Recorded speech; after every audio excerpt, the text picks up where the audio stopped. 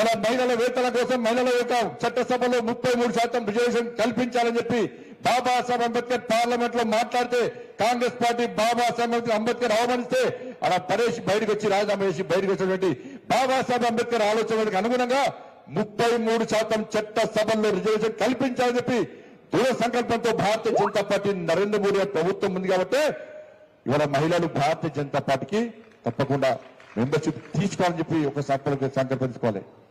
ఇలా రాష్ట్ర గవర్నర్ మంత్రి మహిళలను చేస్తున్నాం, రాష్ట్రాల ముఖ్యమంత్రులను మహిళలను చేస్తున్నాం, రాష్ట్రపతిని మహిళలను చేస్తున్నాం. కాబట్టి మహిళా మోర్చా తప్పకుండా చేయాల్సిన అవసరం ఉంది. ఇలా ఓబీసీ మోర్చా ఓబీసీ కమిషన్ జాతీయ హోదా ఇచ్చినాం. 27 మంది గతంలో భారతీయ బీసీ ఎంపీలను మంత్రులు చేస్తాం.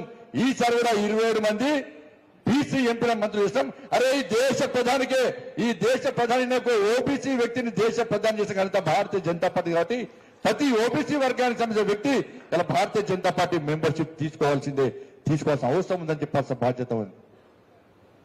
ఇలా మైనార్టీ మోర్చా చెప్పాలి. ఓల్డ్ సిటీని న్యూ సిటీ చేస్తాం. ఓల్డ్ సిటీ ఇవ్వని అయ్యే జాగిరి కాదు, ఎంఐఎం పార్టీ జాగిరి కాదు. ఇలా త్రిపుల్ తలాక్ రద్దు చేస్తాం. ఇలా అన్ని వర్గాలను సమానంగా చూడాలంటున్నాం.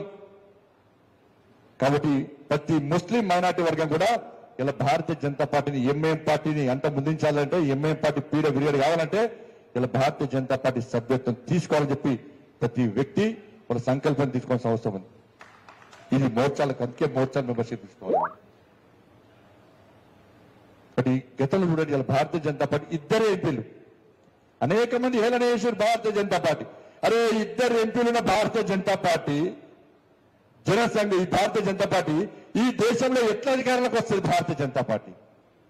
వీళ్ళు మాటలు చెప్పినప్పుడు ఏం లేదు చెప్పారు. ఒక్కసారి ఆలోచించండి. వాళ్ళ మనం వాస్తవాలు ఆలోచించాలి. వాళ్ళ ఈ దేశంలో జనసంఘ్ లేకుంటే జనతా పార్టీ లేకుంటే భారతీయ జనతా పార్టీ దేశంలో ఆవిర్భించకుంటే ఇలా 3 ముక్కలు చేసిన దేశాన్ని కాంగ్రెస్ పార్టీ ఈ రోజు దేశాన్ని 7 ముక్కలు చేసి ఎటు కాకుండా చేసే దౌర్భాగ్య పరిస్థితి ఈ దేశంలో నెలకొని ఉండేది ఇలా భారతీయ జనతా పార్టీ లేకుంటే.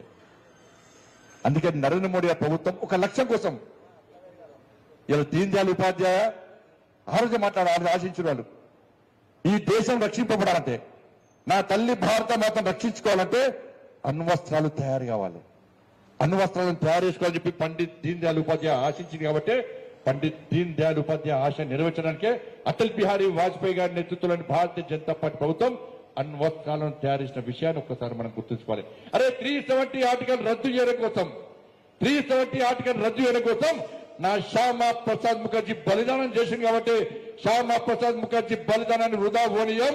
ఏ శ్యామా ప్రసాద్ ముఖర్జీ 370 ఆర్టికల్ రద్దు కోసం బలిదానం ఏంటో ఆ బలిదానాన్ని పూర్తిగా తీసుకొని 370 ఆర్టికల్ రద్దు చేసిన గొప్ప వ్యక్తి మన ప్రియతమ నేత నరేంద్ర మోడీ గారు.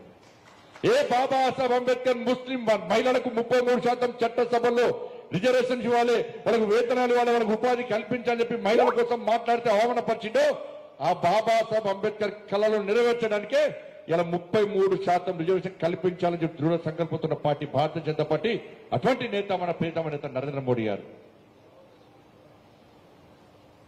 ఒక సిద్ధాంతం